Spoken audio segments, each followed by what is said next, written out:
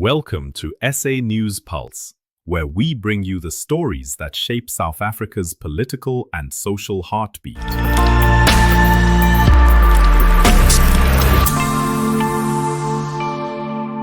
Brown Mogotsi returned to the stand, and today's testimony came with fresh claims and even sharper contradictions. Under tougher questioning, his story shifted again, raising new questions about what's true and what's not. Here's what unfolded as Mogotsi's testimony continued, and why this session is stirring even more controversy. And because not in the statement, I just want to clarify that I understood what you were saying in this regard. So I'm going to set out my understanding of your evidence, and I just want you to call me up if I haven't got it right. Your basic thesis, as I see it, is that the July speech of General Mkhwanazi was a misdirection tactic. It was designed to divert attention from other things. I see you nodding. Can you just say yes for the record? That's correct. That's correct. And if I understood you correctly, the two main things that General Mkhwanazi wanted to divert attention away from were both linked to his friend and colleague, General Khumalo. The first was the problems with the PKTT allegedly being used to fight political battles in KwaZulu-Natal. And the second was to do with corruption and crime intelligence. That's correct. So I want to take each of these topics separately and just see if I understand your proposition correctly. In relation to what you say about the PKTT being used to fight political battles in KZN, you gave some evidence about the PKTT allegedly victimizing Prince Makadi in the royal family dispute. That's correct. And here I just need some clarity, because I did understand you to suggest that the PKTT was being used to fight former Minister Cele's battles in KZN ANC politics, and that the Crime Intelligence Division was being mobilized for this purpose. And at least that's what I understood you to have in mind when you referred to the WhatsApp message about the Sindiso Magaqa case in your chats with Mr. Matlala. Yes, but it should be properly contextualized in the sense that about Bheki Cele, it should not be noted as I said, it is him using it for political scores in the KZN, not necessarily former Minister Cele using the PKTT for political battles in the KZN. That I did not say. So that you didn't, are you suggesting that the PKTT is being used for political scores? Yeah, but mostly by General Mkhwanazi, it is actually used to achieve a different objective from that is actually intended for. And what objective would this be? Let me give you an example. In the case of Ket being arrested, or when the PKTT went to his house, one would imagine, commissioners, how because during General Mkhwanazi's statement, he said, not the statement, when he had a press conference, he said the PKTT was in Gauteng to assist in some of the cases.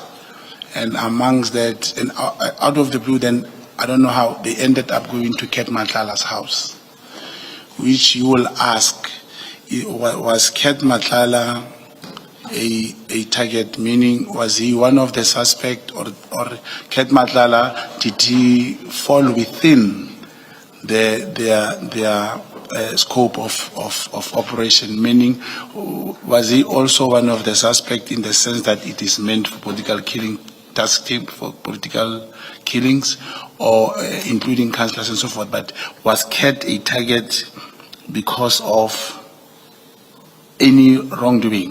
His crime, was it falling under the category of what the PKTT is meant for? Not only that, let me bring another case of the PKTT. you should just see when they should execute just a search and seizure warrant. It was on TVs. They will come with 4 or 5 cars just to come to Brown Mogotsi to fetch 2 phones. Even when they went to General Sibia, they went at night with so many vehicles from KZN. Those cars are KZN vehicles. But if it's a search and seizure, isn't it appropriate to be notified? Look, here's the search and seizure warrant. We want these following items, because they've got email numbers of cell phones and all the things they want, and then they collect them. But you can see the system that they use. They will bring the massive a way of threatening people and so forth. That's how I believe they are using them. You did yesterday refer to a post about the murder of Sindiso Magatra. Yes.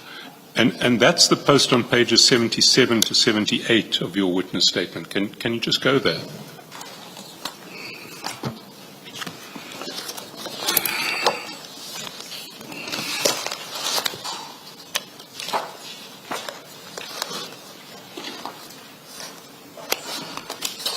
Mr. Chief, which bundle? The witness, it's part of the chats. So it's in the, sorry, it's the annexure bundle, not the witness statement bundle.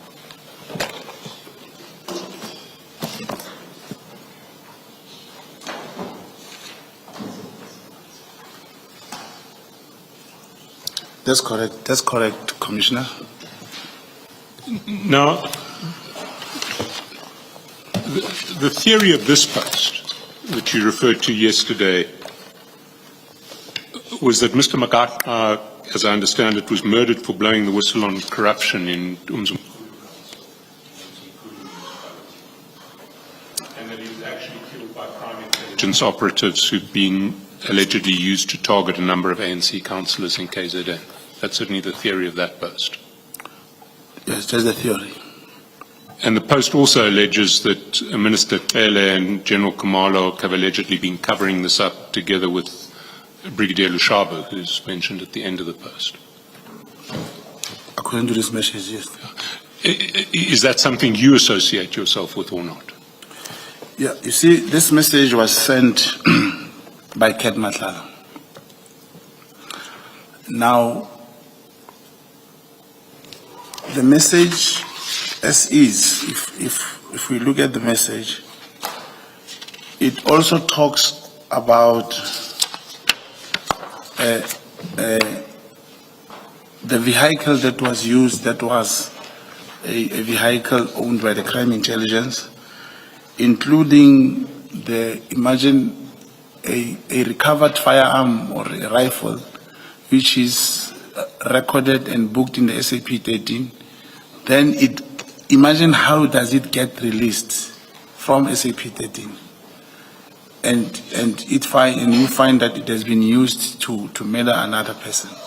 Now this came from Ket, and now you can see that how the whole thing is narrated with names, amount of money paid, and everything. This is the story I was associating myself to. So that's what we have heard in relation to your testimony on the first of those topics, the PKTT. If we go to the second one, which you say General Mkonazi's speech was designed to divert attention away from, that topic you've said is corruption and crime intelligence. That's correct. And that's what you say you've been investigating? Corruption and crime intelligence, that's correct. So I'm just trying to identify the topics that you've canvassed there. You mentioned the case of Brigadier Lushaba yesterday. That's correct. You talked also about the plot to frame General Khan. That's correct. I think you mentioned in your evidence yesterday vehicles being bought with secret funds that are not properly accounted for.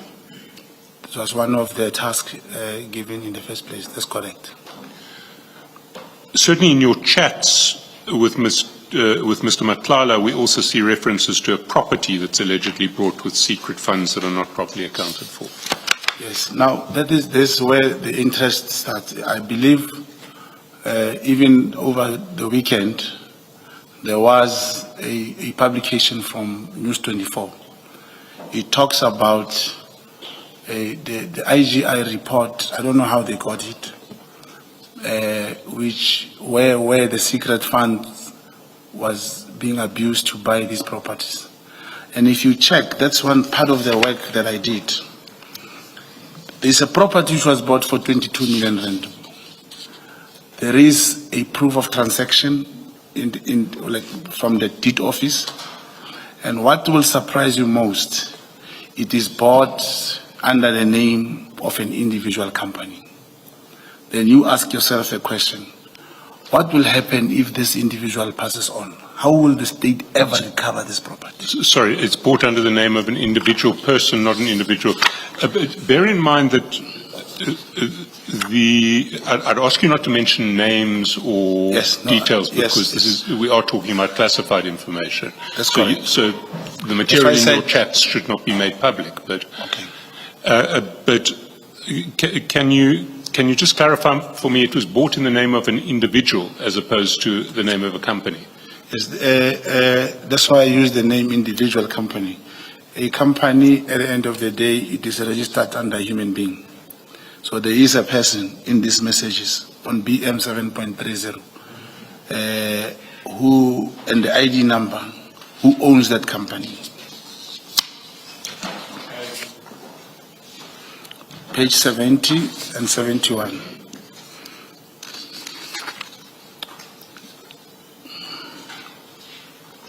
Now,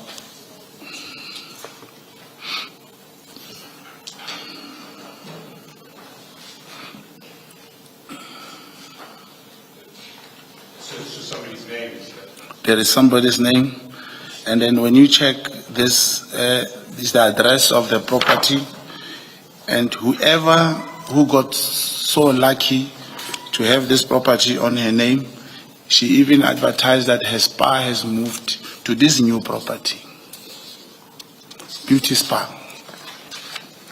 And there's also proof of the title deed from the deed office, and the name of the company is also there. When you go to this search of the company, she's the only director. She's not a member of SAPS. She's not even employed in South African Police Service. Yes, but obviously every company will have a director, a person who is a director. But I don't want to get into the details of that at the moment. I understand what your concern is. For present purposes, I just want to try to itemize what you see as the issues of corruption inside intelligence that have been the subject of your investigation. We see in your chats also a reference to the allegedly improper appointment of Brigadier Mokwele. That's correct. And we know that that's the subject matter of charges against General Khumalo that were brought by Mr. Fadil Adams. That's correct. And just to add, the same case, which could not be opened in Gauteng, that's how Mr. Fadil Adams opened the case in Cape Town. It could not be investigated. He came to Soweto. It could not be investigated. That's why in the Section 27 referral to IDEC came to being. And after that investigation, Major General Khumalo was arrested alone for the first time. He was granted bail.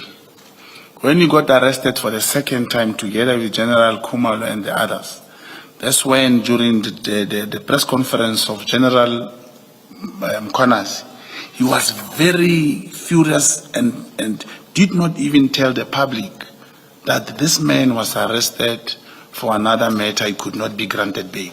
Then he attacked the magistrate to say what kind of a presiding officer who will deny a person who was working in the employment of the state bail, and why would he impose bail conditions that prohibits them from entering crime intelligence offices. Like I said yesterday, that magistrate recused himself from the case.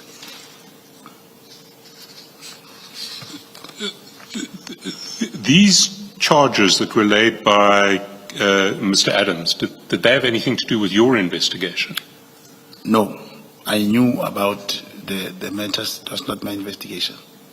And did your handler play any role in them, to your knowledge? No, only the one of the lady, they call it docket 38, yes. The docket 38.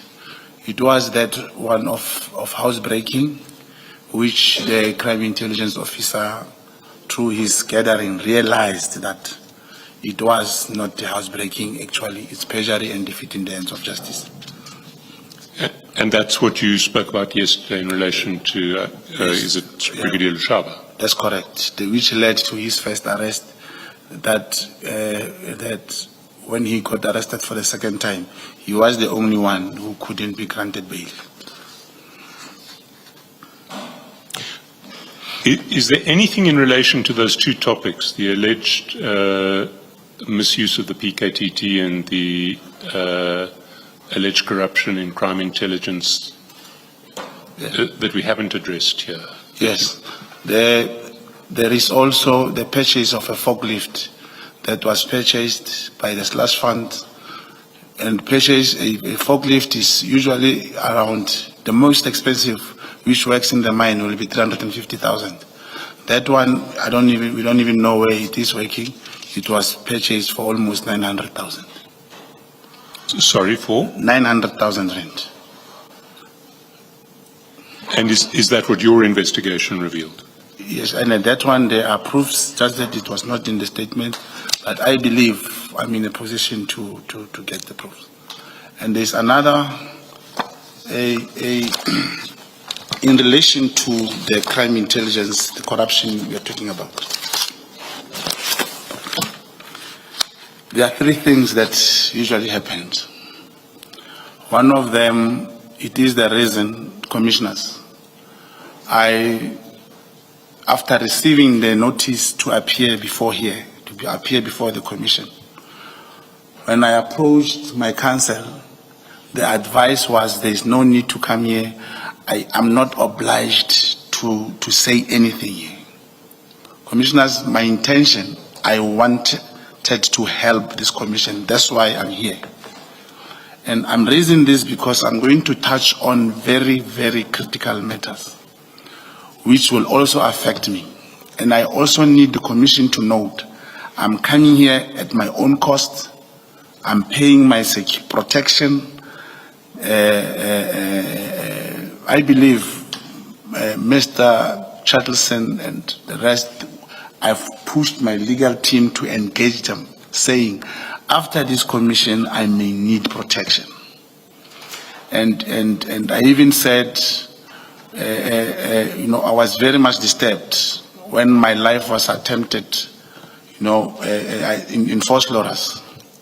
Before I could even give a statement, because people thought I'm a Superman, I'm trying to lie that I was moving like this inside, in the riddle of bullet, whereas by luck, I don't know what happened. It was only one shot because those people followed me for so long. I thought they could not find me. When they saw my car, they fired a shot. I managed to drive because they were driving on the speed, 10 left on that particular street. Fortunately, they passed to go and make a U-turn. That's when I ran for my life. But before I could even give the statement, they were saying, hey, this may be a staged assassination. And that's what made me very worried. It was presented as if after that incident, I will say, I don't want to come here. I wanted to come here. Now, here are the things in the crime intelligence that I wish the commission should. It's about this informant. The handler is alive. I'll provide the name of the handler at any given time. It was about the cash in transit which happened in Limpopo. There was a success, 17 people died in that. That informant was one of was the 18th person but did not die. Because of the nature of the operation, we knew he was alive. And he came to Gauteng. The only problem started with a claim. It was 1 million rand that was requested, could not be approved. It's one of, commissioners, if can remember, it's one of the thing I gave example about.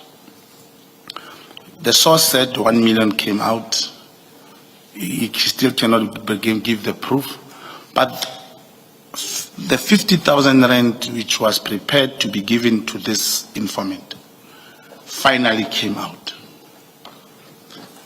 And General Kumalo, Lieutenant General Kumalo, insisted and instructed that Brigadier Sebola must accompany the handler to meet with the informant, something which was very strange. But with the pressure, because there's always this feeling that when the handler is giving money, they share the money with informant or whatever, but there's always a challenge. But this is what happened. They went to meet the informant. Brigadier Sebola wanted the contact numbers of this informant. The handler couldn't agree, but because when you meet someone, you never know other arrangements which were made. This informant spoke to me. This informant spoke to the handler that I'm being followed. I'm being followed ever since we met. Commissioner's that informant was shot 16 bullets and was buried. Another incident, and these are only happening in the cash in transit. And one will wonder, what is the reason why there is a problem with CIT informants? This one happened in Gauteng.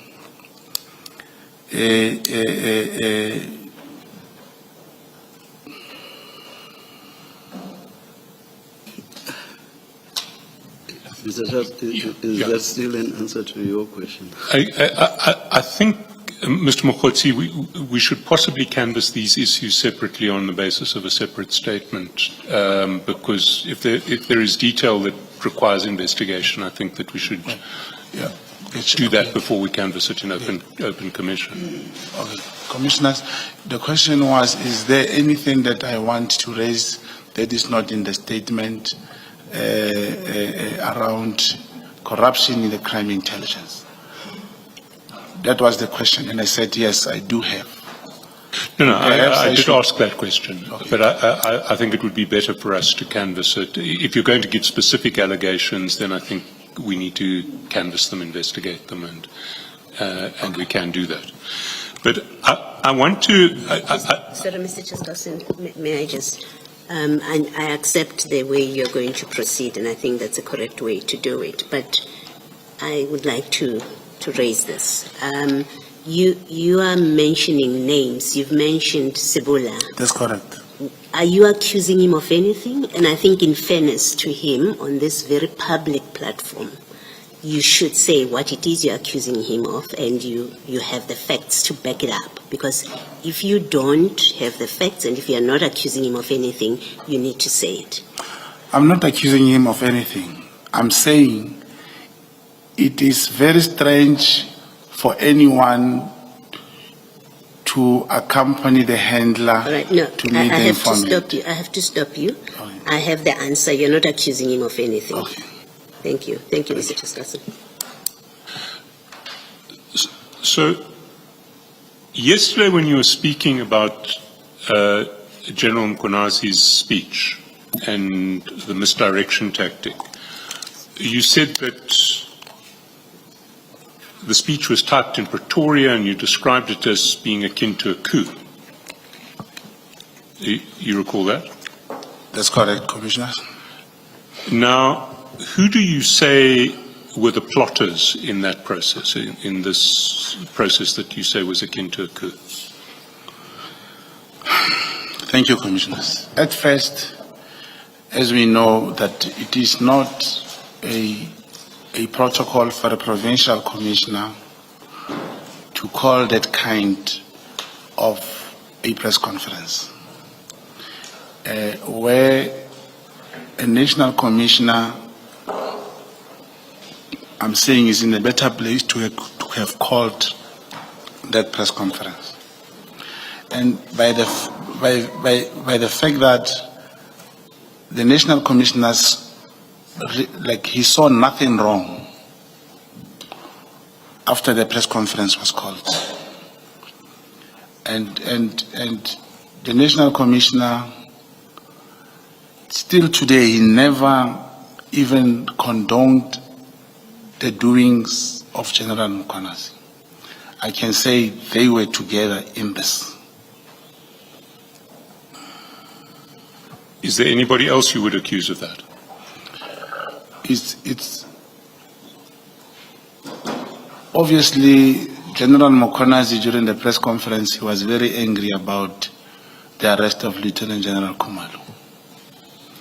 And this term that I feel of this police mafia cartel, I may not be able to know everyone who was involved, but I can assure you General Khumalo, General Mogotsi, and General Masamula crafted, orchestrated that press conference. And if we look at the people on the other side, people against whom these alleged coup plotters were plotting, the people on the other side, the people against whom these alleged coup plotters were plotting, let's take those two topics that you say the press conference was designed to divert attention away from. Who's being concerned about the allegedly unlawful use of the PKTT? Who are the people who are concerned about it? One of them was, I even saw Mrs. Mary Haas. I know of one socialist, very vocal, Patricia Mashali. And as we speak now, I believe in terms of the law, the letter which Minister Senzo Mchunu issued, it was never contested in any court of law, it was never set aside, but the PKTT still exists. I'm not saying they don't have to exist, but I'm saying in terms of the law, if executive has issued the directive of that nature, is either it get rescinded or it's set aside by the court of law. Sir, are you saying that the minister was one of the people concerned about the PKTT, that you infer that from his letter of 31 December? Repeat the question, Commissioner. Are you saying that the minister was one of the people obviously concerned about the PKTT, as you infer from the letter of 31 December? I cannot speak on behalf of the minister, but during his appearance before the ad hoc committee, he did give reasons relating to budgets, and one of Major General was here also.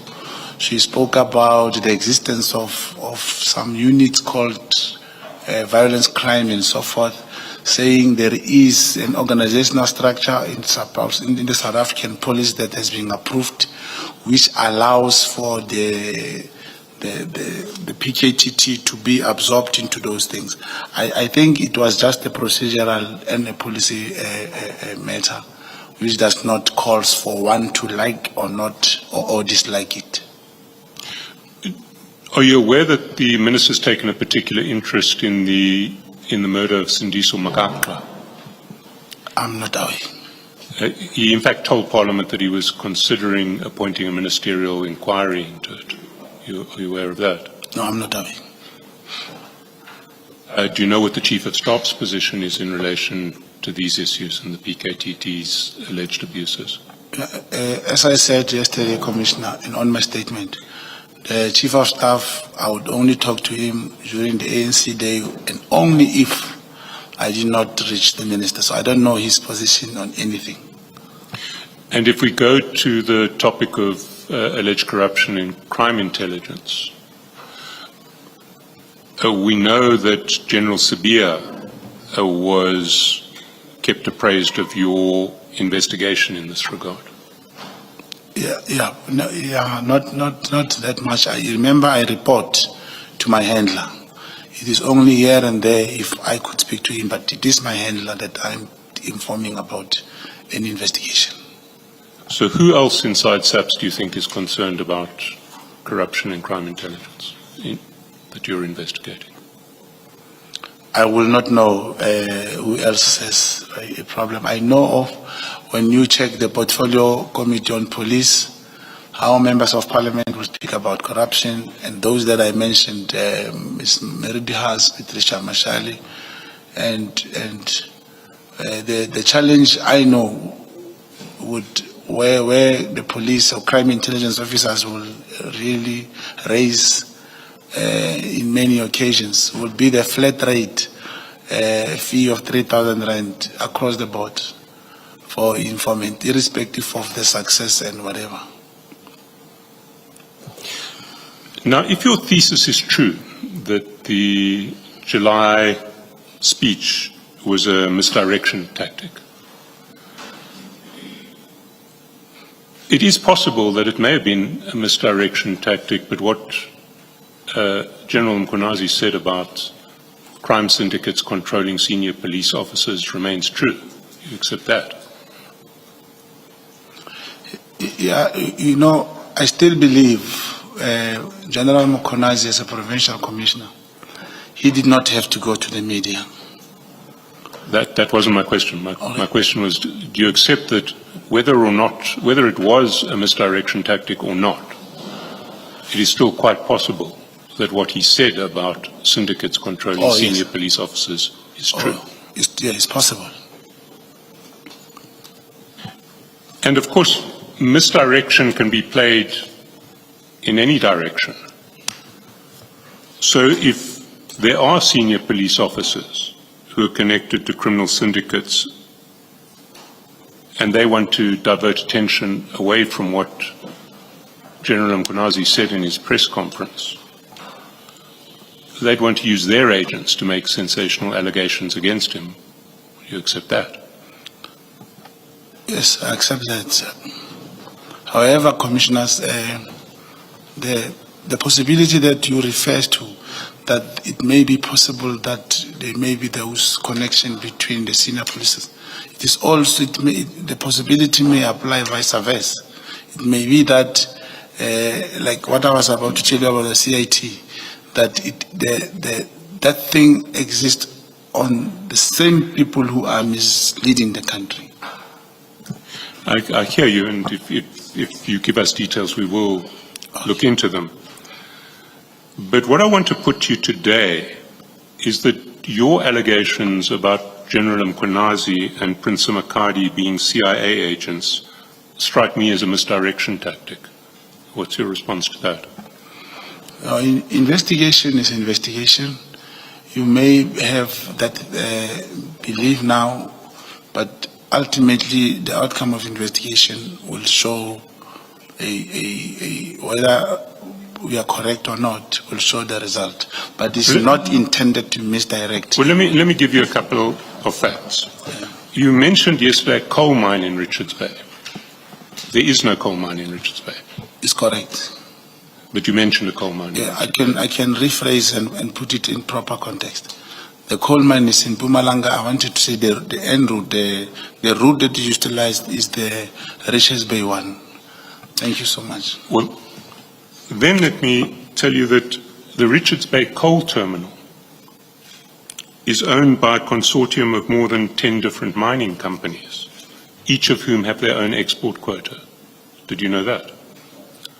I'm not aware of that. And each of these, I think it's either 13 or 15 mining companies, control how that export quota is used. So they can decide who they want to export coal to from Richards Bay. Do you know that? I was not aware of that. You see, what I want to put to you is the notion that you advance in your statement that, and you refer to the off-take portion of this coal route. You say this off-take, the off-take portion of this coal route is owned by Israeli interests. That's what triggered this investigation, apparently. That notion is completely fanciful. Because short of buying up all the export capacity of between 13 and 15 different mining companies. It's not possible to own the offtake portion of the Richards Bay coal terminal. You know that? I cannot give a specific answer, Commissioners. Remember, if you are given information, and that information also involves, like I said, the Chinese were interested there, and also involves not Mrs. Zulu, the Prince, saying he's being harassed because of that, saying Lieutenant General Mkonazi is actually opposing him at all costs because of that. You end up believing that the state, that's why I've given that statement. Let me give you another fact. You say in your statement that there was a fear that the coal terminal and the export route was going to be shut down. That's in your statement. That's apparently why the so-called Western interests got interested in. Yeah, according to information, according to the source, that's what I heard. That's what. What I want to put to you is that there's never been any suggestion from government that the Richards Bay coal terminal is going to be shut down, and that, on the contrary, in the period you speak of, government's been investing hundreds of millions of rands in improving the rail link to Richards Bay. Yeah, Commissioners, the information was, there was a feeling from the West End that since South Africa took Israel to court, to the International Criminal Court, that may be halted. That's how I have phrased it. Let me take it further. Do you know that since 2023, when you say this investigation started, the output of the Richards Bay coal terminal has been increasing steadily?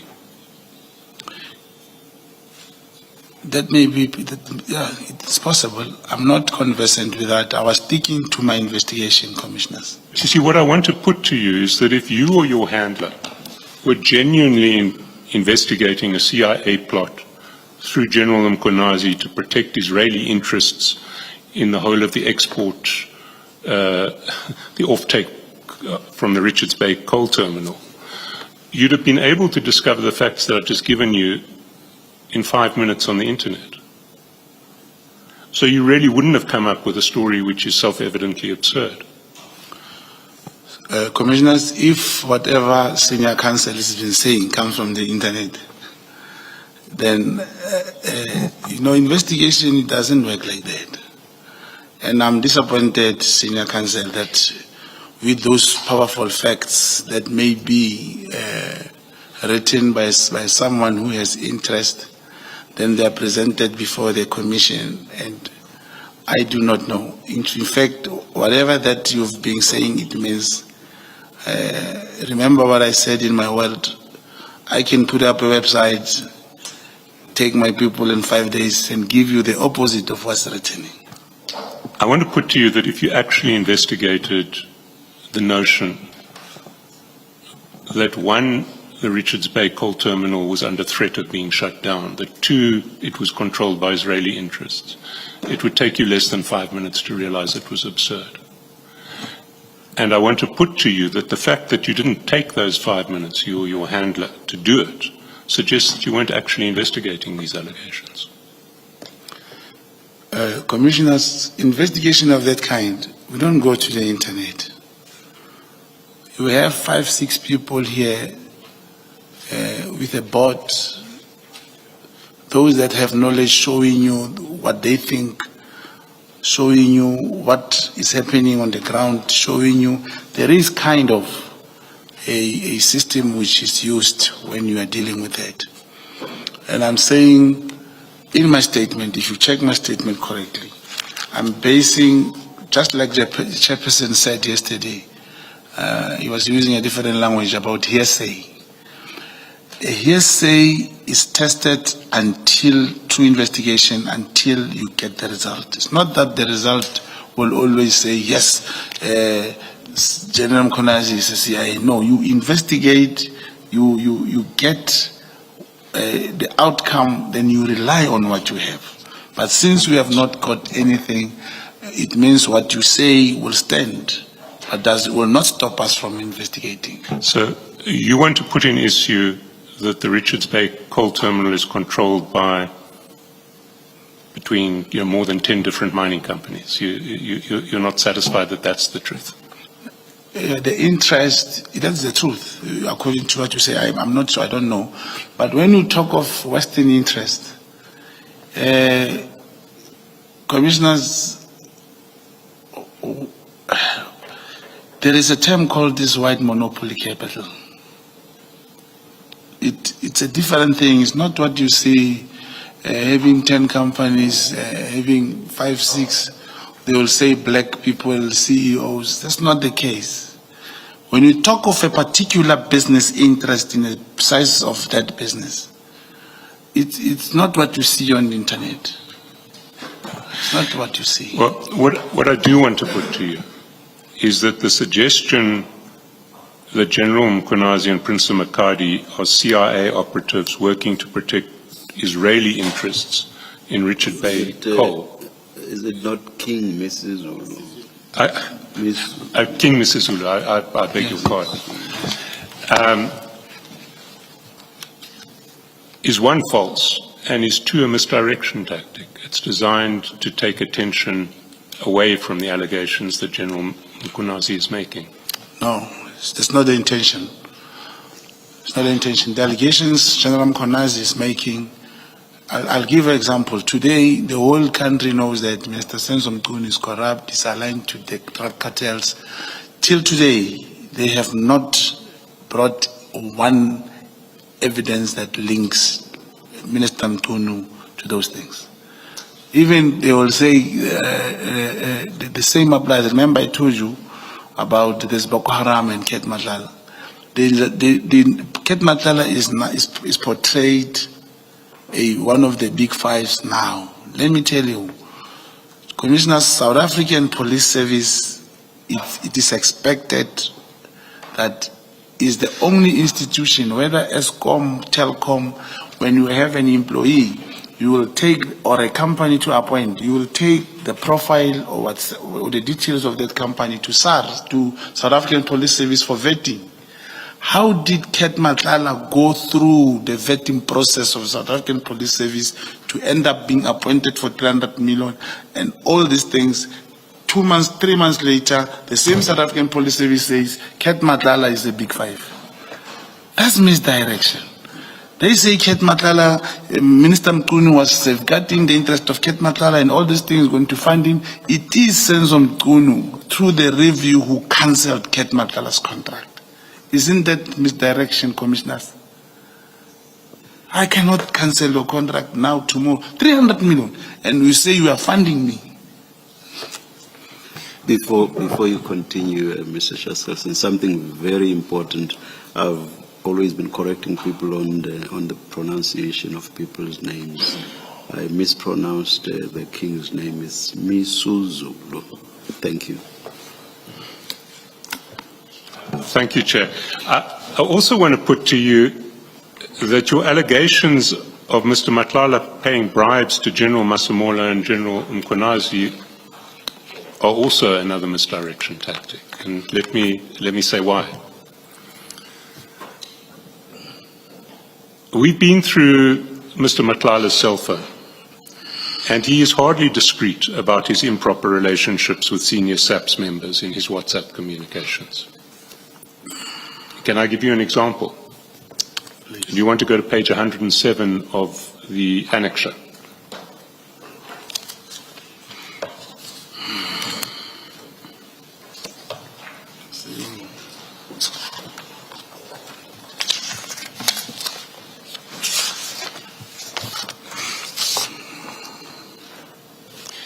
We'll come back to this exchange a little bit later, but I'm sure you remember it. It's relating to the witness who said he was being pressurized to change his story to falsely implicate General Khan. You remember that? Yes, sir. So Mr. Matlala says to you, in relation to this witness, arrange with Khan to give him cash if the information he has is worth it. So Mr. Matlala is indicating to you that General Khan, in his view, would be willing to pay a witness to give evidence that suits General Khan.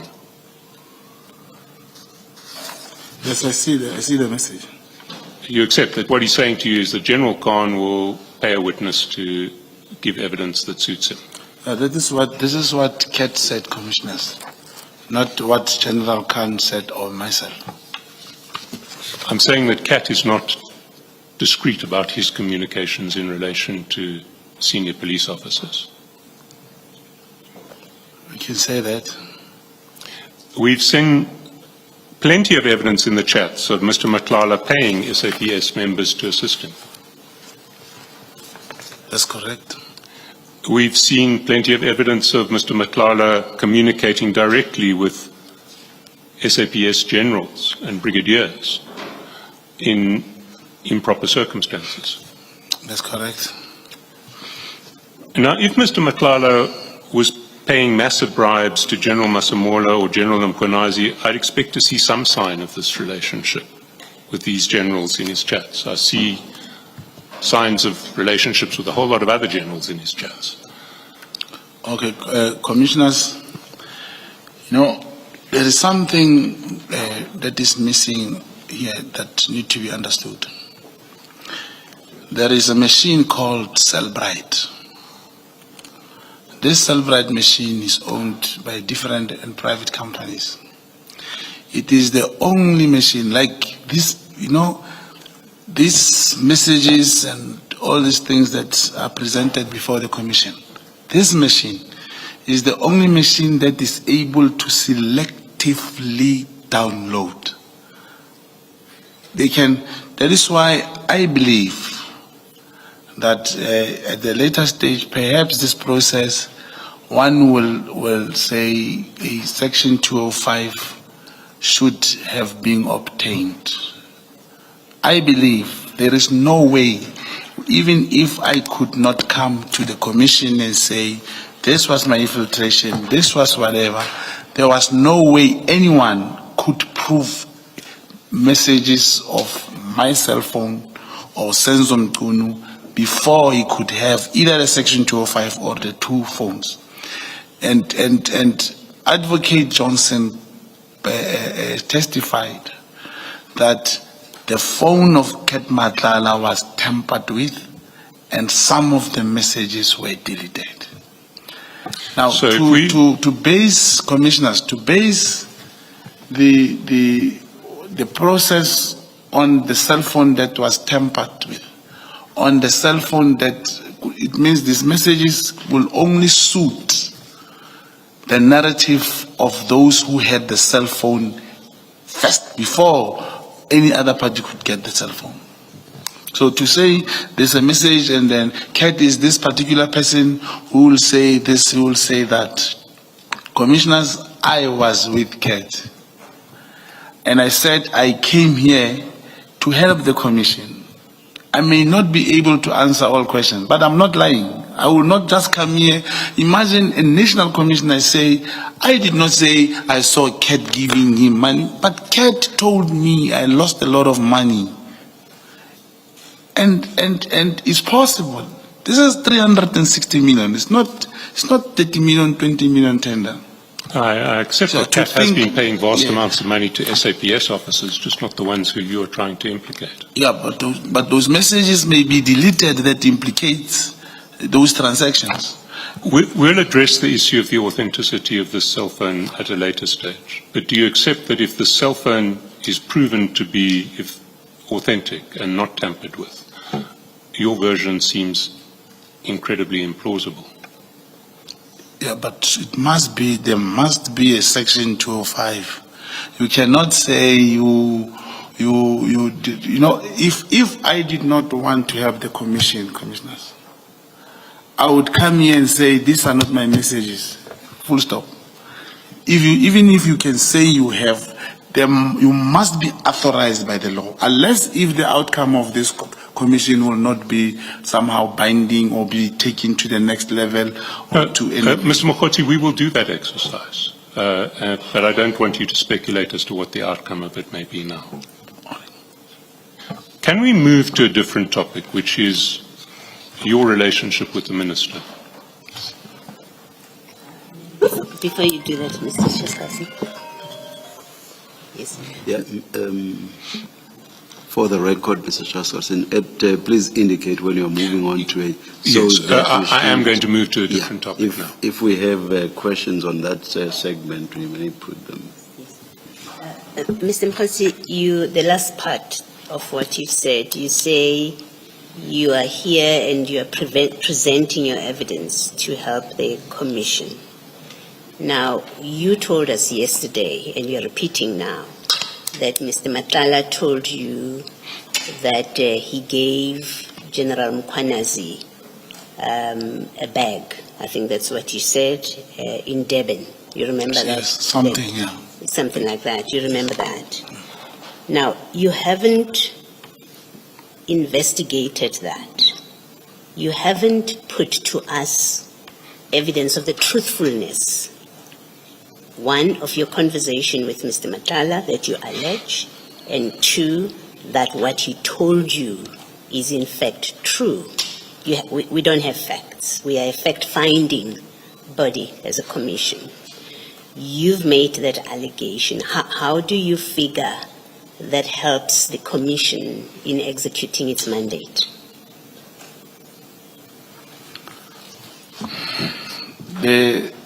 All I'm saying is I came here to give my side of the story.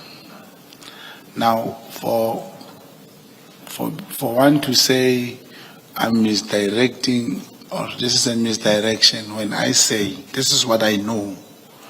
If Ket was lying to me, he lied to me. But this is what I know. He told me. That's correct. I'm not discussing misdirection. In fact, I come from a position of concern that you are making statements, even in this short exercise of cross-examination, none of which is backed up by any investigation on your part that you can produce the facts to us and say, here's proof. We know that you are close to Ket. You've told us you were with him. You don't have an affidavit from him that confirms that conversation, and that he told you, that you spoke to him and he told you what you say. We have only your say-so. And I'm concerned that we may well be grossly irresponsible and reckless as a commission, that we've given you a platform where you're making all these statements and you present them as facts and you keep saying, I'm here to help the commission, when in fact they're not backed up by any facts or even basic investigation on your part. For me, as a commissioner, that's a matter of concern. Do you accept that you're making statements that you have, for whatever reason, you're not backing them up with facts, even just this little bit about payments to Mkhwanazi and to Masim, to General Cele? It's not backed up by facts. You accept that? I accept that, Commissioner. And you accept that's not helpful to the commission if we don't have facts from you?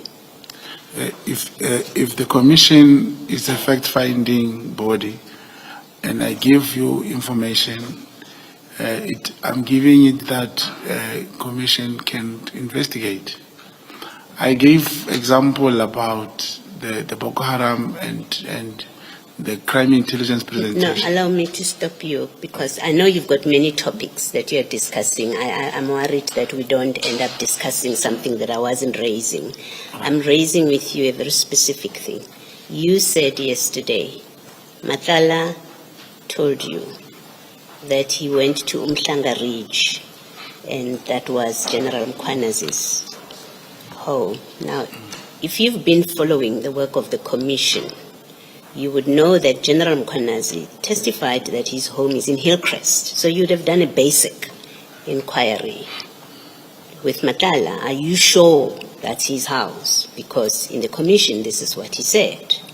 You did not do that. And then you come here, you don't interrogate him, but you come here and then you put it out there that payments were made at his house, or something was given to him at his house, and these allegations were made at his house in Umhlanga Ridge, and there's simply no evidence from you to back up those allegations. And these are serious, they have serious implications for people.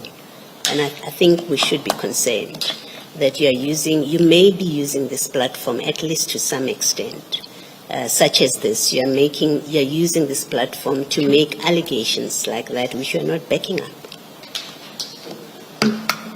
If you have a comment, you can, but I raise it as a matter of concern, listening to you on the back of this exchange with Mr. Chaskalson, that you're being challenged, that you said things that are not backed up by facts, and you have to accept there are no facts you've presented to us. Oh, okay. Commissioners, I was talking about the presentation that is in the crime intelligence. I was trying to say that. With that, I was backing up my story that former Minister Bheki Cele knew Cat before. Even his picture was there. He came and he said he did not know Cat Madlanga. Was that not sufficient to show that he knew him before 2024? Okay, no, thank you. I think you've answered me. Thank you. Thank you, sir.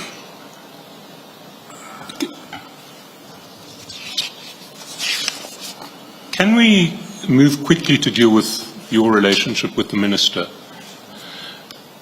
You're on record publicly as saying that you ran the branding campaign for the minister when he was running for Secretary General for the ANC in 2017. Is that correct? Yeah, in my province, that's correct. In your province? Yes. So you've known the minister since at least 2017? That's correct. And you have a direct line to the minister. Your evidence yesterday was that you only call the Chief of Staff when you can't get to the minister directly. That's correct.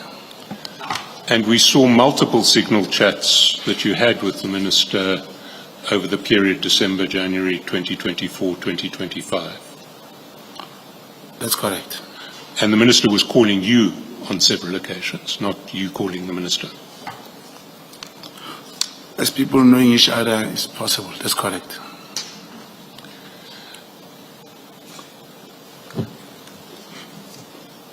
Can you say why the minister would have no knowledge of you, or why the minister would, when he was first asked about whether he knew you, said that he didn't?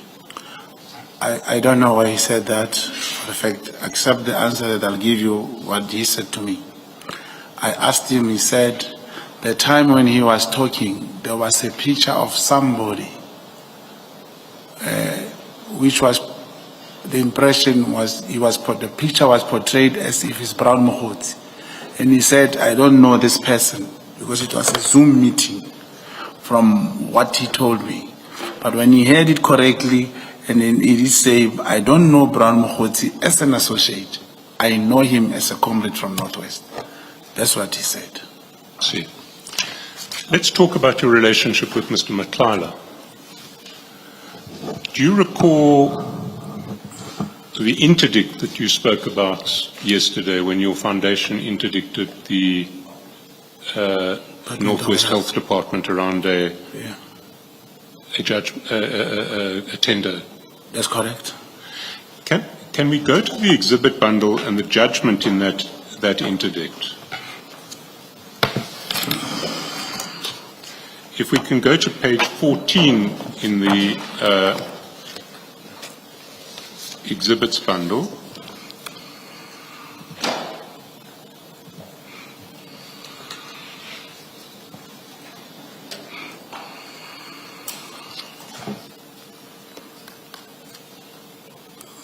And I just want to get a chronology of this interdict out. So the judgment starts on page 13 of the bundle, and the applicant is the Brown Mogotsi Foundation. That's correct. And did you depose to all of the affidavits in this case as the named member of the foundation? Yes, I did, after being given the authority by the board. I am not a member or a director of the Brown Mogotsi Foundation. It is named after me. It is the board would take a decision to say who can depose an affidavit. In this case, it was myself. Both founding and replying? That's correct.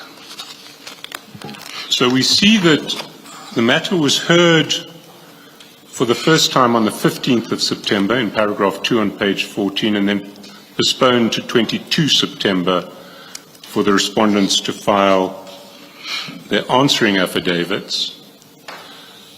And in paragraph 4 on page 14, we see that the order was delivered on the 26th of September. So the hearing would presumably have been on the 26th of September. Is that correct? That's correct. And if we go down to the bottom on page 29, we see that the attorneys for the foundation were Tau Matsumela attorneys. That's correct. Sorry, page 28.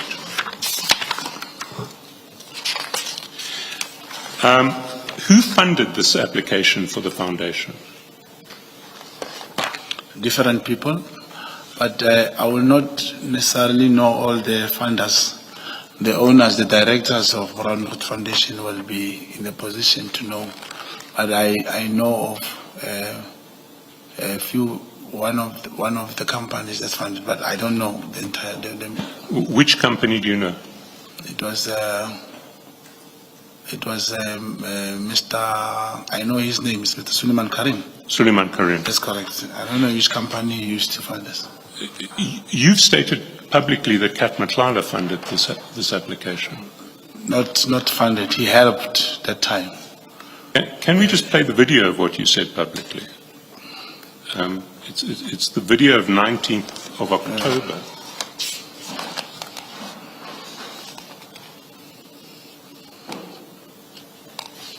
And Chair, we should give this an exhibit number because it's not in the paper bundle. Can we call it exhibit BMC1? I'm just trying to think, should we not keep a running list? Because we had an exhibit number with Ms. Cyril the other day. Was it Ms. Hassan? Ms. Hassan.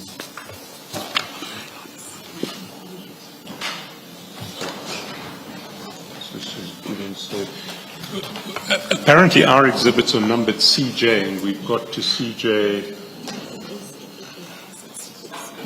CJ C50, it's recorded in the file, apparently. Oh, all right. CJ C50. Thank you.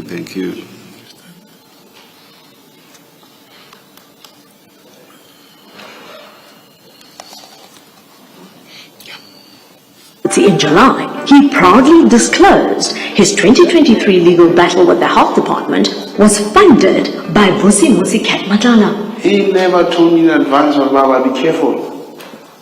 I'm a kingpin, I'm this, I'm that. We're meeting him as a business person. It doesn't necessarily say you are endorsing the person. I know it's not that. When my foundation took the Northwest Provincial Government, where we are, he assisted. There was a tender for 72 million in demand. My foundation, Brownwood's Foundation, went to court and interdicted that process, and the tender was advertised. He assisted my foundation. To the lawyers, stuff like that. So that's the level I know was Madlanga. The matter even went to the SCA. You should imagine the legal fees attached to that. So you say he assisted you. How did he assist you? Ideas and other things, how to do it. It is Suleiman Karim only who assisted. Not Kat Matlala never paid for that legal thing. But you said there that he did assist you. He assisted not with money, not financially. Well, how did he assist you? Technically, ideas. Remember, this was not it was that tender in the Northwest Department of Health. It was tendered for by different companies in the Northwest. And all the time, it has been this thing of being won by the outside people. And this time around, they felt that we should, because there was some other processes which were not done correctly. It was to help the local businesses. And to contextualize that, because we never had an opportunity before to interdict a tender or a bidding process within government department. It was the first. That's the only way. He assisted with ideas technically how that can be done. And we made sure, I remember that we were saying, must make sure that whoever helps this process must not be any company which has tendered. If any company that was part of the bidding process has intention to go to court, it must go unilaterally. It must not be through the foundation. And those are some of the ideas we got from CAT, So not financially. CAT gave you the idea that no losing bidder should help with the funding. May I repeat the question, Bill? The idea that CAT gave you was that no losing bidder should help with the funding of the application. He was coming very clear that, look, if you are a Section 21, if you are acting in the public interest, you can't have whoever tendered being part of the application. If companies or whoever who has bidded wants to go to court, must go without without the foundation. So he only he helped us with ideas, not financially. Not financially. No. And other ideas that he gave you? That's all. That's the only idea? Yes. But you saw fit to mention that as assistance when you were interviewed in October this year. That's correct. That's my work. There was no way I could just go there and say, forget, you were talking about CAT. And CAT is my project. I cannot just go there and pretend as if I now forget my work. I never said he gave me money because I know who funded that thing. It's not CAT Madlanga. But according to your statement, CAT became your project, I think you said, March, April 2024. Yes, that's correct. On the tender. Yes. But you knew CAT already. That's from correct. the year before. You even asked me, the question was asked yesterday, Commissioner, that did you have CAT's number? I said yes. It should be noted, Commissioner, I spoke about Boko Haram of 2018. So that's a different thing. It shows there was that stage way back that this CAT has been in the limelight. So you knew CAT was John Wick? That's the presentation that was given to show who John Wick was. And from that to establish, the part of investigation, to establish whatever that is said about CAT, it was important. One will have his number. One will want to know where does CAT stay. Yeah. But you knew that he was alleged to be a major-time drug dealer and gang leader going by the name of John Wick. I cannot confirm that. I was confirming that John Wick, in terms of the intelligence report, is most CAT Madlanga. That's the picture that was put there. And let's say, this is very, very important, commissioners.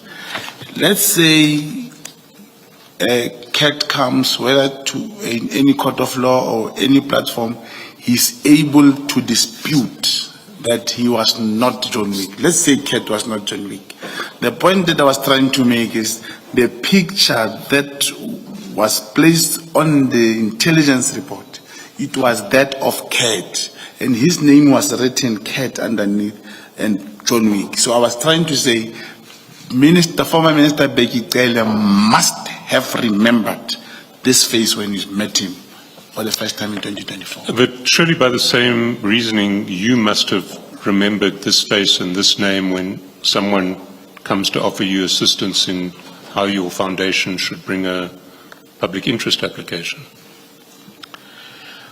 Yeah, even if commissioners, even if that time CAT could have wanted to help us financially, if he was not one of the bidders, we will accept.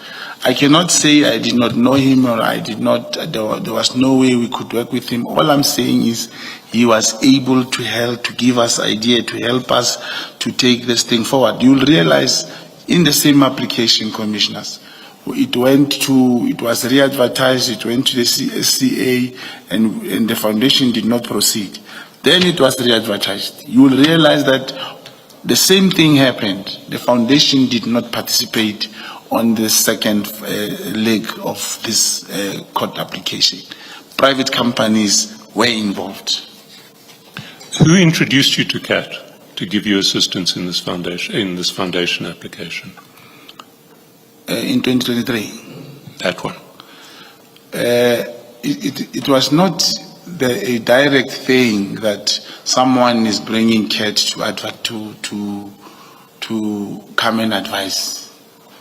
It's a matter that you know someone who says, you know, there is this brother, is a businessman, is based where, and this person can help us. And initially, we thought he would give us lawyers or something when we spoke to CAT, only to find out he gave us the technical know-how of going there. So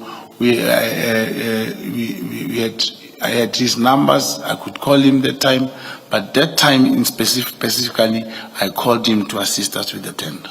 So you were the one who made the contact with CAT? That's correct. And you had his numbers. This was before you'd met General Sibia? Yes, not the one that came from General Sibia. Sorry, not the one that came from General Yes. Sibia. A separate number for CAT Yes. that you had. That's correct.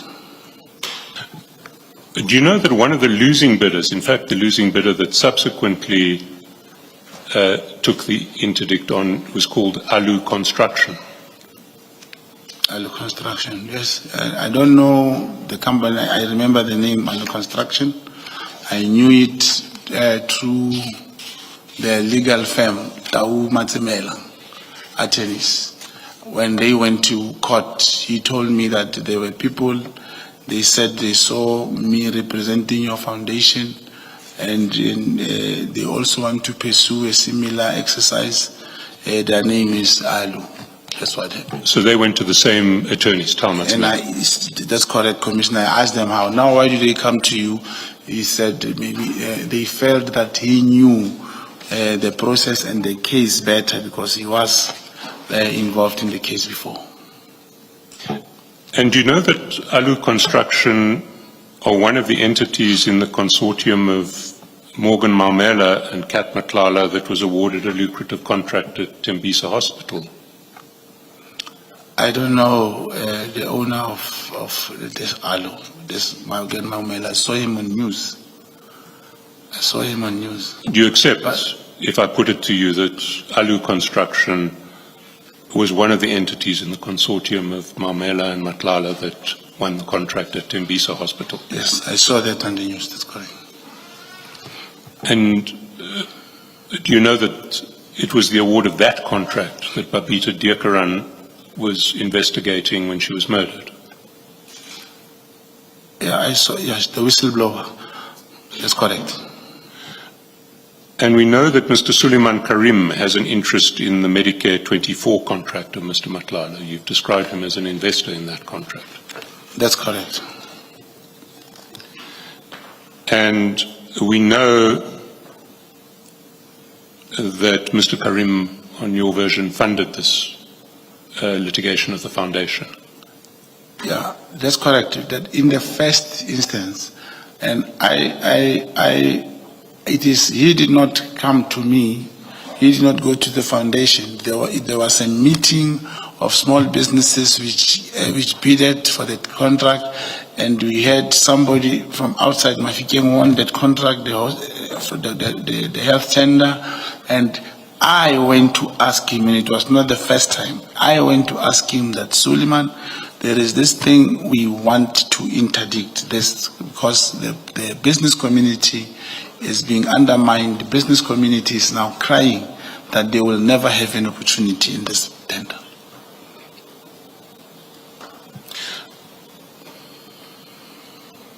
Do you know if Mr. Maumela has any interest in the Medicare 24 contract that you've been investigating? I don't know. If I were to put it to you that the chats between Mr. Maumela and Mr. Matlala suggest very strongly that he has that interest. What would you say to that? It's what you saw. I cannot say anything about it. I cannot say anything between the charts. So you, in your investigations into this contract, which was apparently your tasking at Crime Intelligence, weren't able to establish who Mr. Matlala's partners in the contract were? I've not yet reached that stage, and even where we are, it is not because of investigation. Whoever was lucky to see that the message happened to come across that they are working together. I did not know that they were working together. Can we look at the money flows in relation to this interdict? If you go to the exhibit bundle at page 2,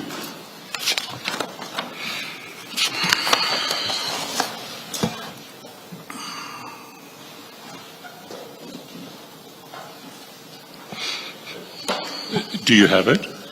That's correct. Now, you'll see there are a series of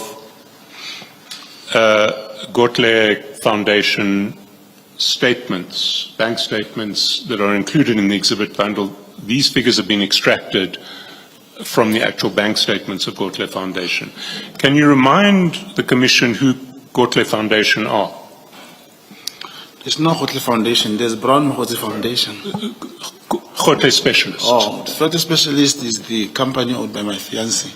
She's the sole director in that company. So it's her company, not yours? No, it's not my company. I do not have shares. I'm not a director. I do not have any direct beneficiation from that company. If we look at these money flows, we see that on the 10th of August 2023, there was an F&B payment from S. And the contract account holder is Tasmika Construction. If we go over to the right.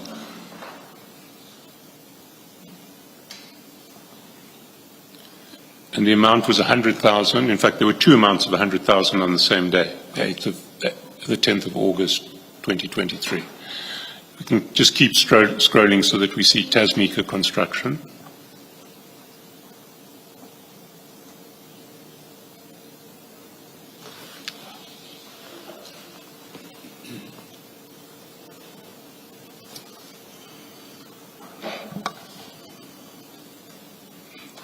Can we scroll further to the right?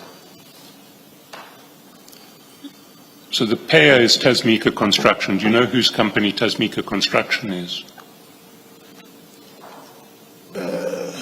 Yes, I know. I know who's the owner. Suleiman Karim. Suleiman Karim. That's correct. So we see on the 10th of August, there were two payments of 100,000 each from Tasmika Construction, Suleiman Karim's company, into Gotle Specialists, your fiance's company. That's correct. That's correct. And then if we go down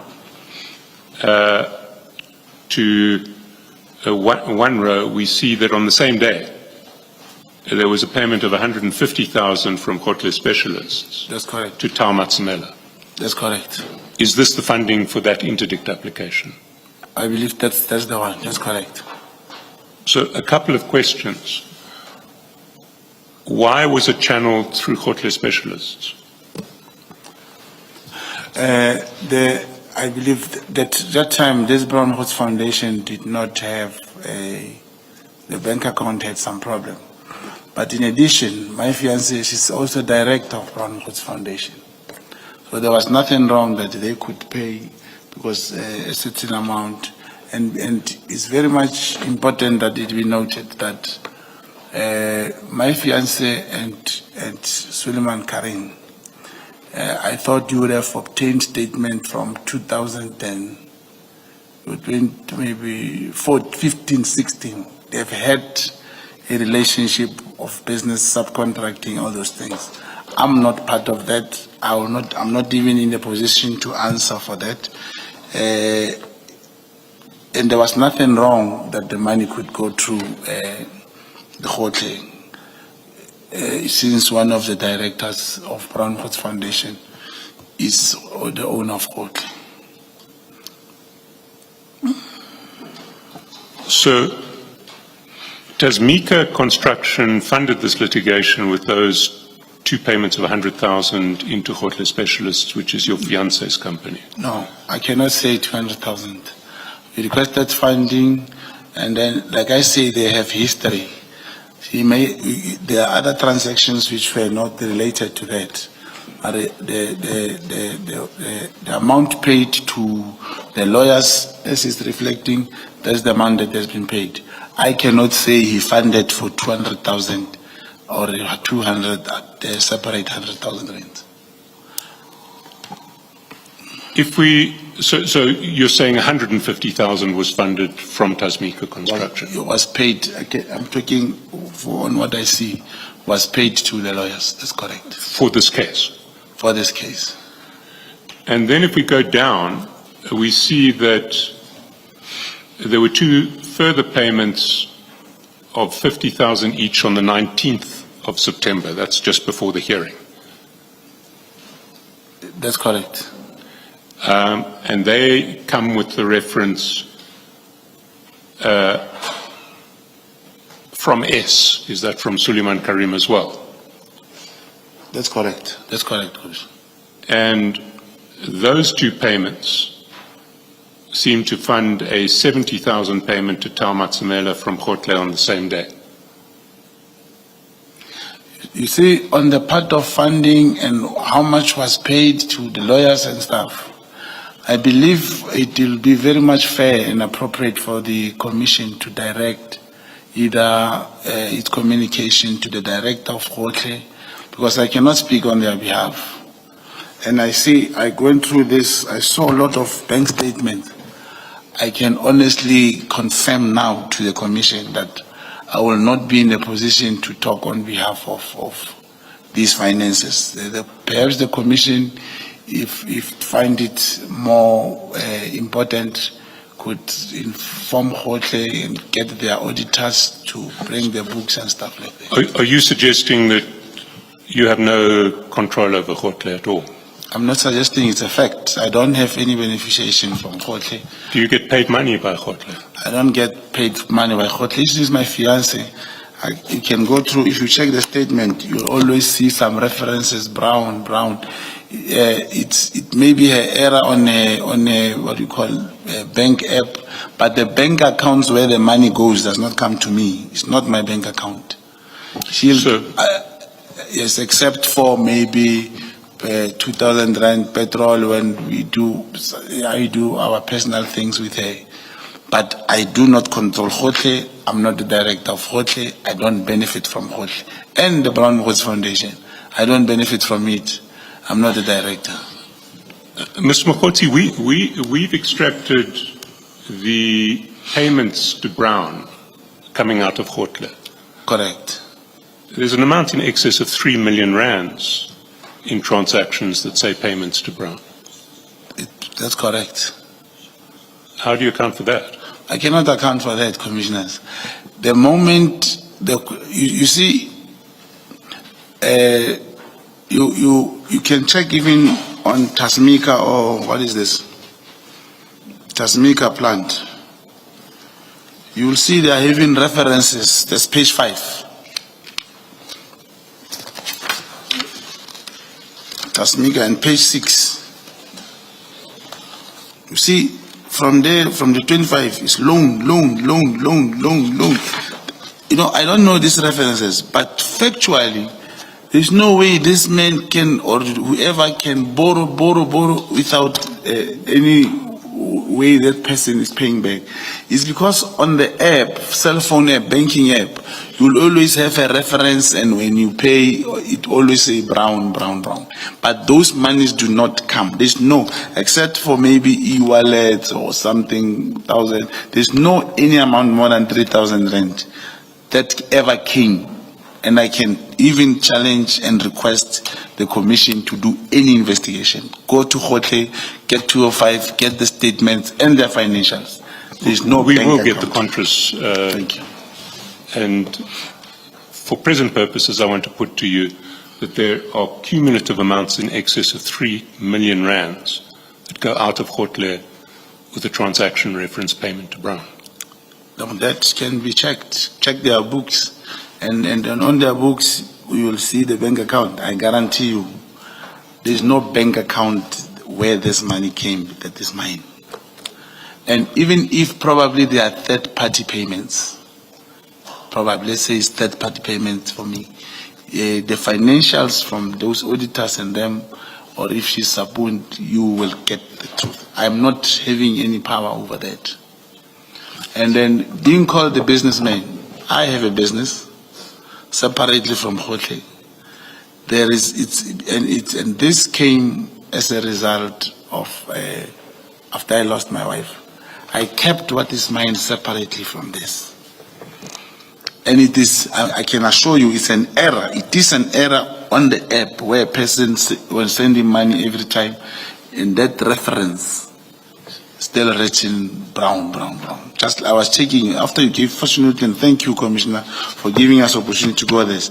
Even this, I even called here. Did you make so many loans from this guy? He said, no, I've got invoices. I've been working with this guy, but look at the references: loan.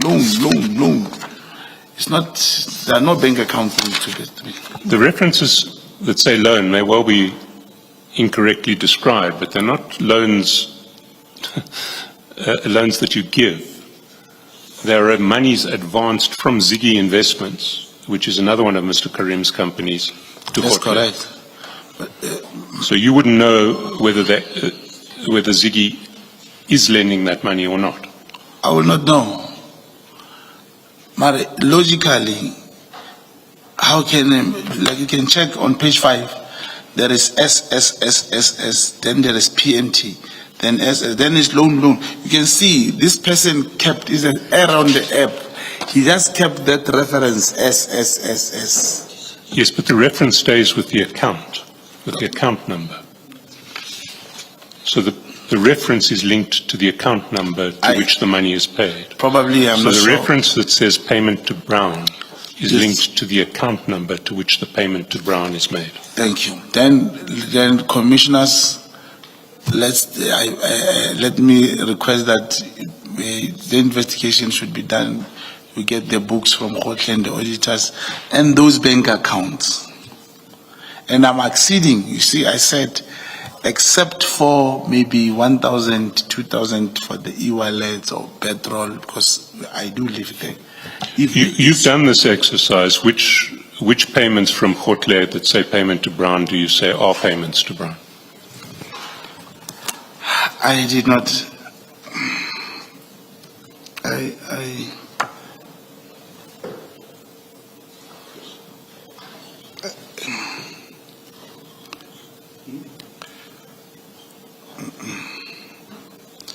Yes, there is the one. Page 81. September 21.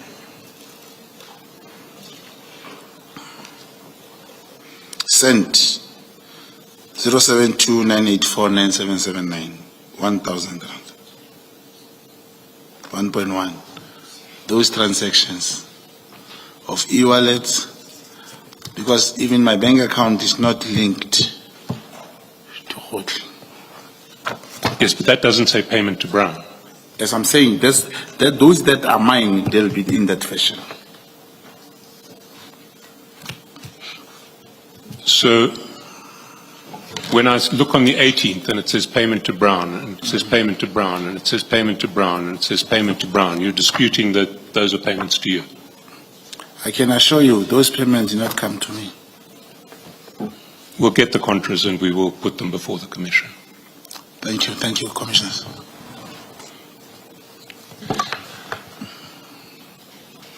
If we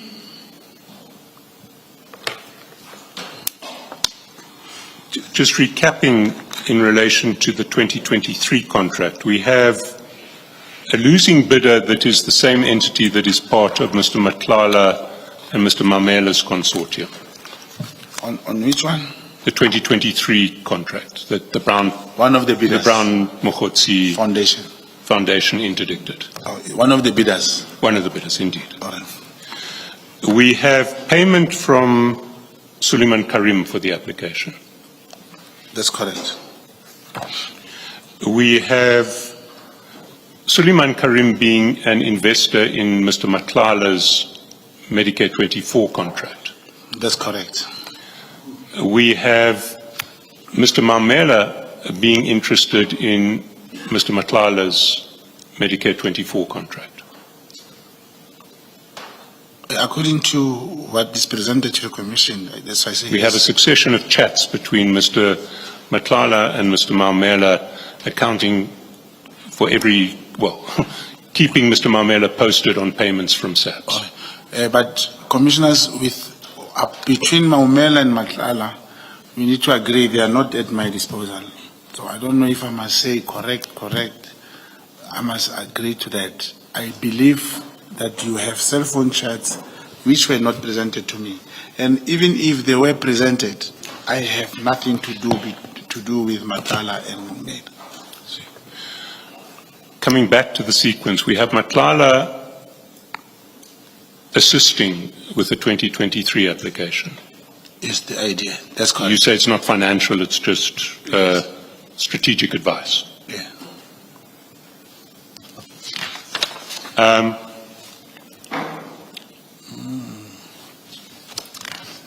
Can I take you to a point, and we have these 200,000 rands from Tasmika Construction on the 10th of August, from which 150,000 goes to the Brown Mogotsi Foundation.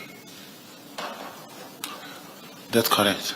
And would that money have come in after you had been at your meeting in the community to raise funds for this interdict? May you please take me to the page? Which Is it page? 29. Is it from the judgment? No, you don't.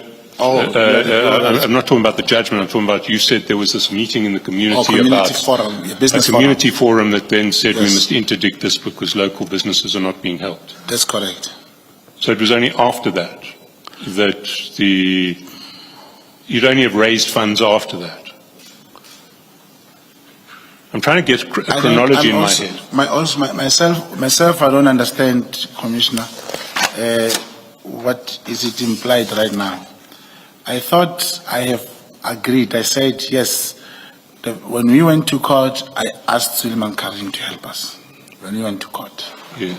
Now I don't know if are you referring to the same request, I am referring to that 2023 matter. the same request that I made to him, that he should help us when he sent the money.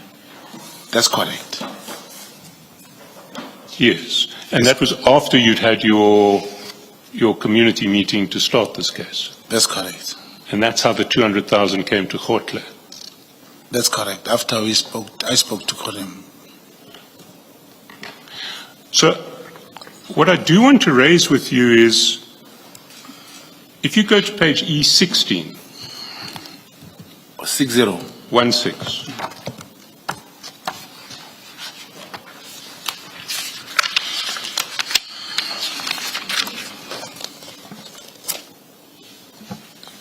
paragraph 9. Do you have it? Underneath. At the bottom of the page.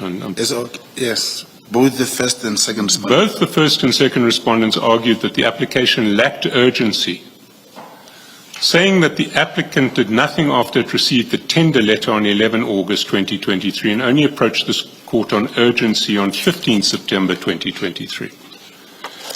The applicant contended it made a mistake in its founding papers regarding the dates, and the month of September and not August is when the applicant was notified by the whistleblower about the tender. It received the tender letter during September, it approached the legal representatives during September, court papers were drafted during September, and the urgent application was instituted during September. So, if I can explain what's happening there. You launched this application on the 15th of September, your foundation. That's correct? That's correct. In a founding affidavit that you signed. That's correct. The respondent said, in your founding affidavit, you mentioned that you received the tender letter on 11 August, which means you've delayed for over a month, and it's not urgent, it's self-created urgency. That's what that's what was confronting you. Got Is it, that correct? correct, Commissioner. Then in paragraph 10,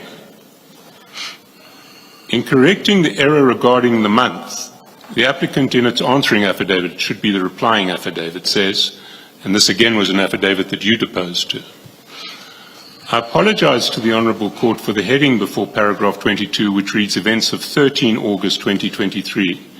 In the affidavit I deposed to on 15 September. This was a typing error and was intended to read events of 13 September 2023.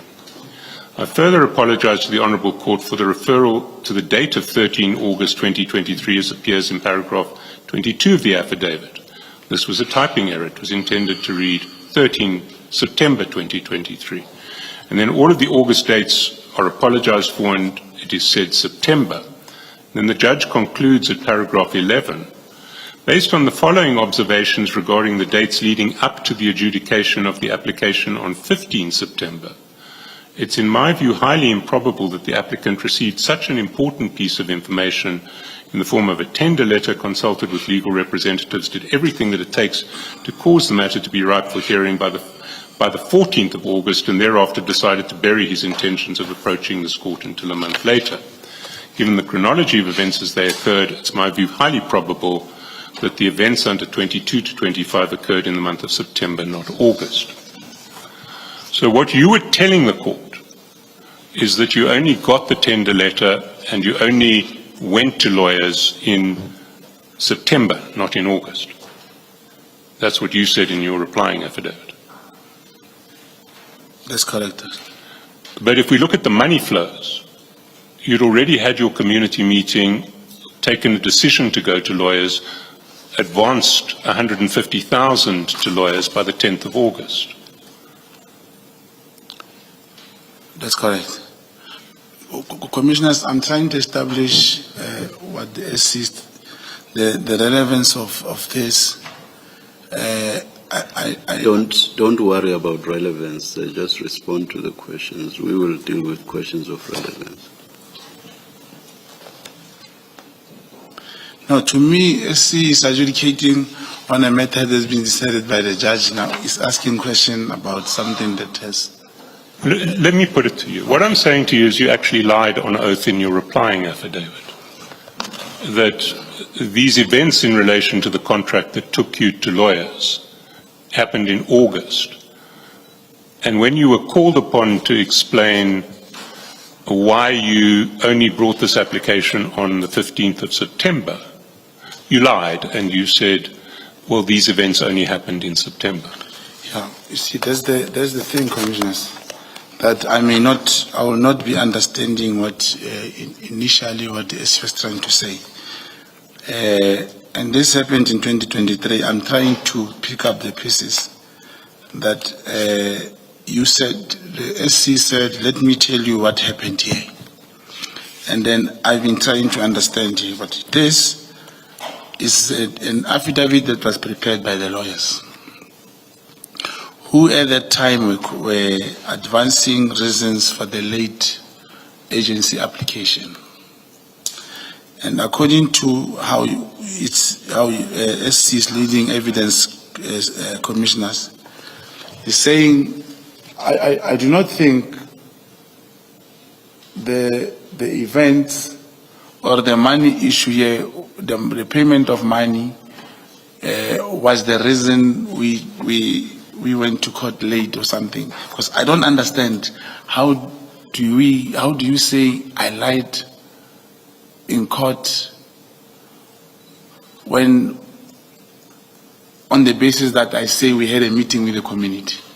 Having a meeting with the community, those community members did not sign the matter, was to hear their frustrations, telling us that, look, it is time that the tender must be won by someone from here, and this did not happen. That is the point. So how the money issue got involved, I will need to be explained thoroughly so that I can be able to respond. So how the money issue was involved was 150,000 rands was paid to the attorneys on the 10th of August. That's correct. And on the version that you gave on oath, to the court, you only learnt that the tender had been awarded to someone who you didn't want it to be awarded on sometime late in September, which I'm putting to you as a lie. Oh, because of the whistleblower. No, now I get your point. The whistleblower came out that there's a tender that is being awarded. But only the appointment letter became available to be able to attach when you go to court that time. Now I remember. Because of the whistleblower, we heard that there was this tender. Similarly, if you check this Ket Matlala's tender, where I say the source, it was in April. But if you check the appointment letter, I think it was signed either in July or August. But because of information that you will receive it prior. So you had received the whistleblower's report, and that's what triggered you to raise the money at the community meeting, and then to arrange for the transfer to lawyers on the 10th of August. That you only got the tender award letter much later. Is that what your version is? That's the version. I remember the events now.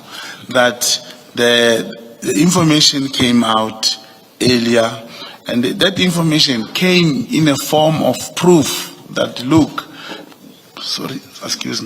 adjudication has been done, evaluation has been done. I think that even the appointment letter is awaiting signature. And this was not followed. That's now information that you get. And you could not approach court on urgent basis without having anything that talks to that award of the tender. So you'd heard from the whistleblower, but you hadn't got your evidence. We did not have evidence. Because you see, in your paragraph 22, which is quoted on page 18, you say you heard from the whistleblower on the 13th of September. Yeah, which couldn't be true because this all happened before the 10th of August. Commissioners, I'm still repeating this. How the lawyer put this thing, he was making sense to the court that time. Because I remember now, the appointment letter for that tender was not out, but information was valid that so-and-so has been appointed. Mr. Matala and Mr. Mogotsi, I stand by my submission that you're lying in relation to what happened then. You lied under oath then. But I want to put a broader proposition to you, which is your role as an agent essentially makes you a professional liar. You lie as your job. What's your answer to that? That's not correct, Your Worship. That's not correct, Commissioners. Even when I spoke about the legend building and stuff, there's rules. You cannot just stand up and lie. This was a pure community project, and I did not lie. That's why they say they came aware of the timber. There was no way the lawyer could say in the affidavit, we had a whistleblower and therefore the appointment date came late. That's how the lawyer would put his thing to court. So I would not just lie and I did not lie under oath. It was based on the circumstances that the appointment letter was not present, was not available at the time. Are you suggesting that you didn't lie to Mr. Matlala? That was now is a different case. But I go back to what I put to you earlier, that your job as an agent requires you to lie for a profession, as a profession. I may not have a comprehension about lying as a profession. As an agent, you cannot. There are rules. You cannot just lie if you are not in any mission. And is it a rule of being an agent that you can't lie under oath?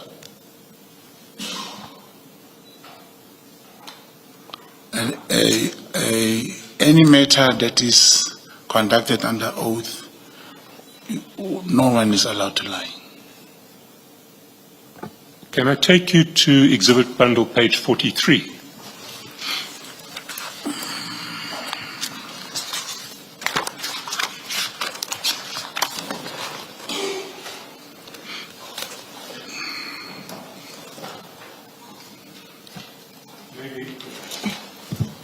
Do you recognize that document? That's correct. This is the affidavit that you gave to Colonel Schneller in support of the 252A application. That's correct. And it's an affidavit. If we go down to page 46, you'll see you signed it in front of a Commission of Oaths.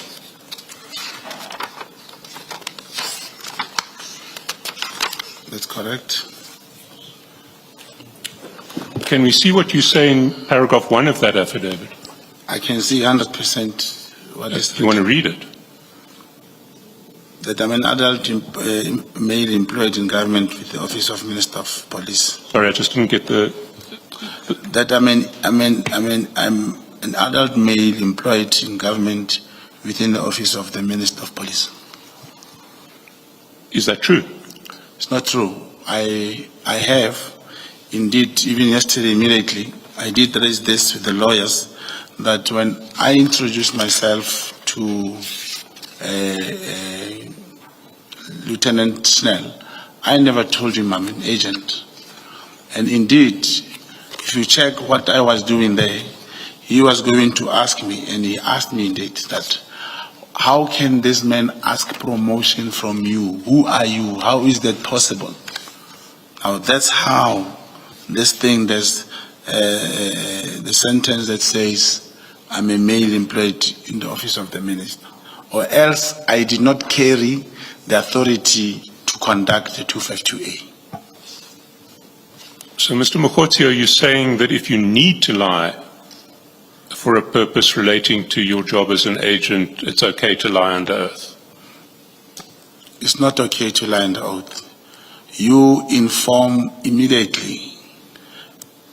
Even if Commission can draw attention to this, to the content of this affidavit, where I have requested a verbal, there are other transcripts, where I requested a verbal authority to conduct this operation and being granted, and the content says this person's, the extract, not the transcript record says this person wants you to talk to the minister that at least he become a colonel. Is there, is recorded.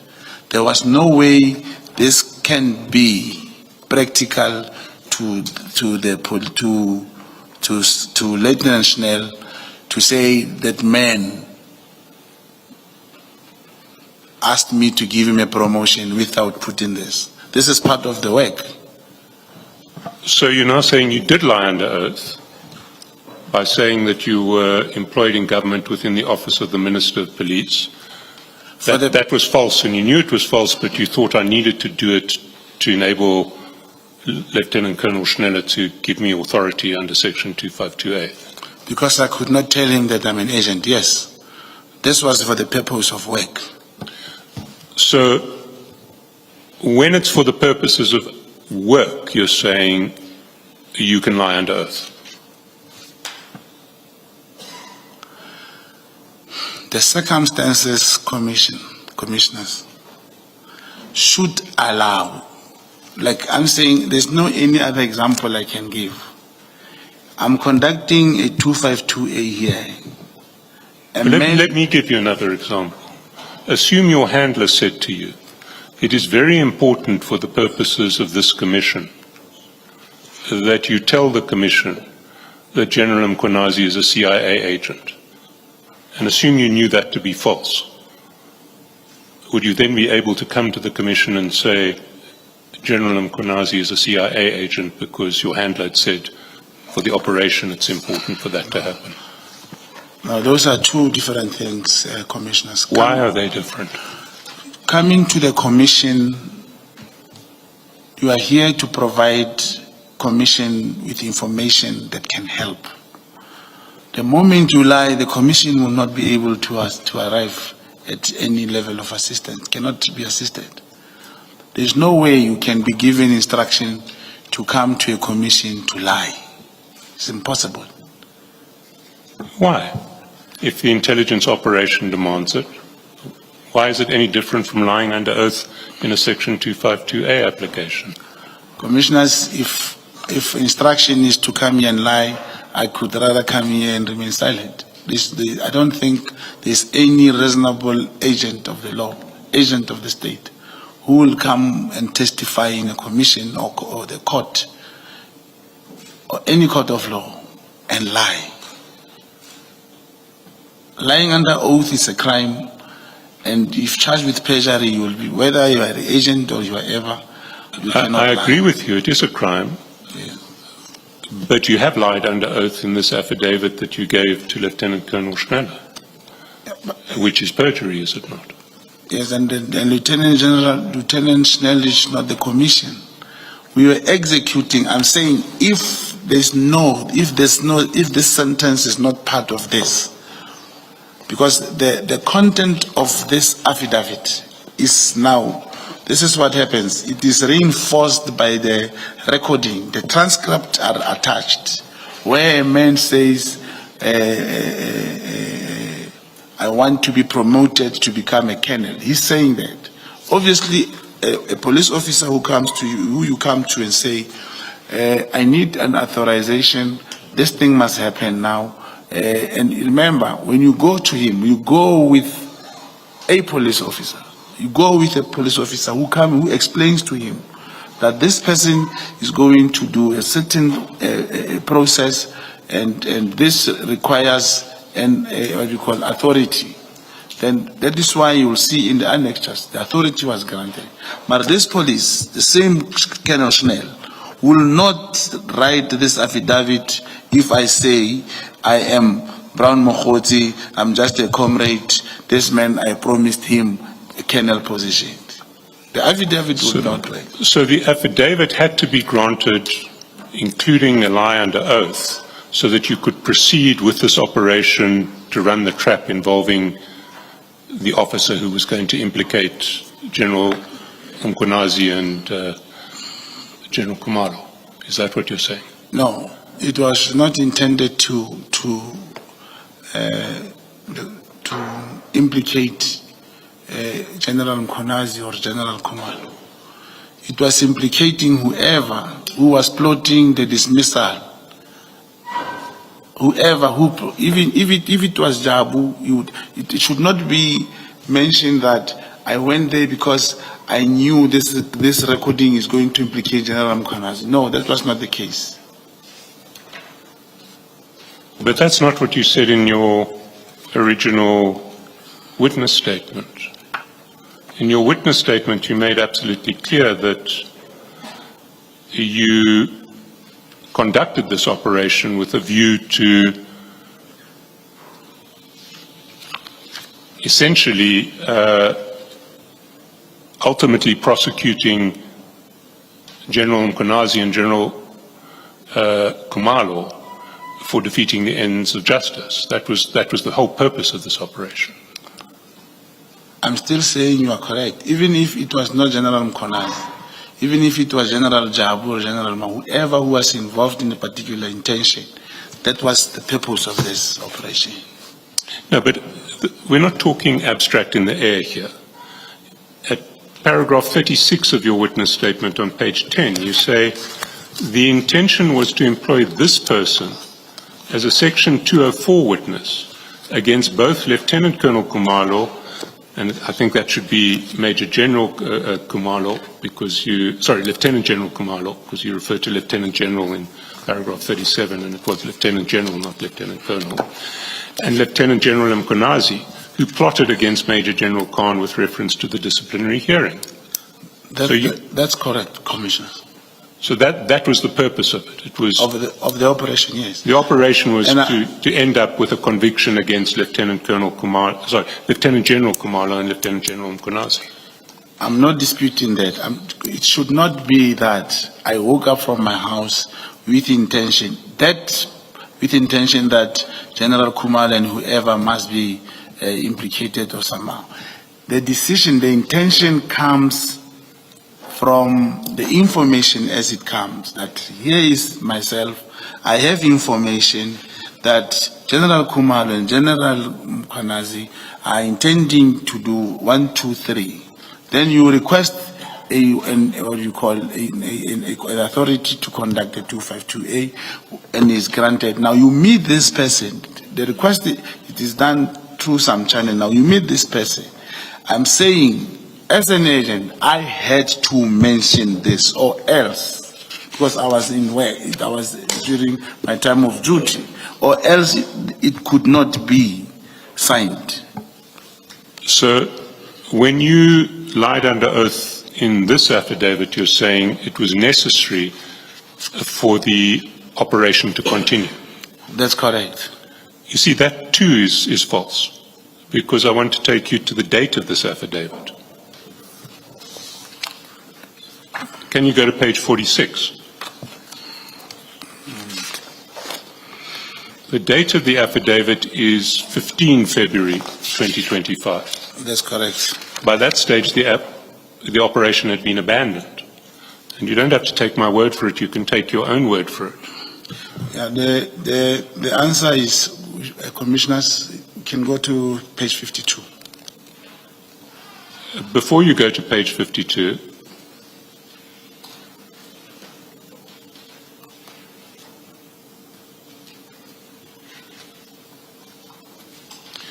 go to page 45, the bottom of paragraph 8. Bottom of page 45, paragraph 8. In the main statement.